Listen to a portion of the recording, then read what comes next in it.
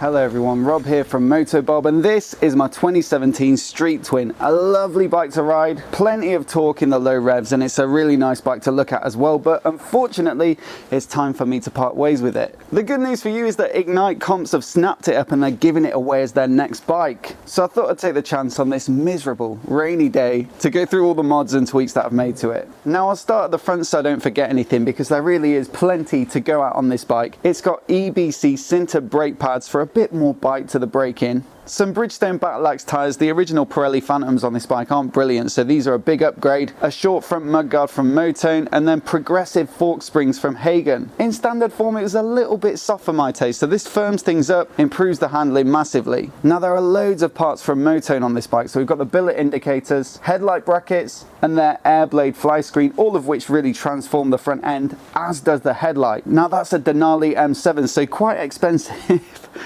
But it gives the front end a bit of a modern look, and it's absolutely ridiculously bright. If you ride at night, it's a proper big upgrade from the standard headlight. Adjustable black levers are from Tech, and we've got the throttle spacers fitted that just take that slack out of the throttle. Just helps to improve the control when you're riding on the throttle at low speeds. Now it's had a fairly tasteful custom paint job done by LV Customs in London. I went for a sort of deep grey on the tank, and then the strap down the middle in black, which is inspired by the previous generation Thruxton 900. I really liked it on that bike. I think it looks great here as well, and finished off with Motone's billet fuel filler cap. The side panels have been painted black as well to remove the Street Twin logo, and then drilled here, a bit of mesh behind. Again, that was inspired by the current generation Thruxton. Now I really wanted a bench seat on this bike, but the problem with the tuck and roll stitching that you sometimes get on seats like this is that it lets water in when it's raining, like today, and then when you sit on it, it lets the water back out and you end up with a wet bum. This one from JP Vintage though, it's heat pressed, so it looks like tuck and roll, but these are actually kind of stamped in, so it's pretty much waterproof. I'd also say it's the best looking aftermarket seat you can get for this bike. Under the seat we've got the booster plug mod fitted, which adds a bit of fuel in the low revs and gives it a stronger pull, a stronger feel of pull. And then at the rear end, finished off with Motone's brushed aluminium mudguard, their tail light as well, which also includes a little white LED underneath as well to light up the license plate, Motone indicators, Motone indicator brackets, and Hagen shocks to match the springs at the front. Down here we've got the Motone ribbed engine badges, Motone sump guard, the Motone billet shifter peg, and then the big thing for most bikes is the exhaust. I've fitted the Vance & Hines official accessory. Really like how they've stamped the little Triumph logo in there, but these are the US spec. The European spec, I think the baffle is welded in, but with these you can remove it with a circlip, so you can have it loud like this, or if you got to go for your MOT, obviously just put the baffles back in, but mainly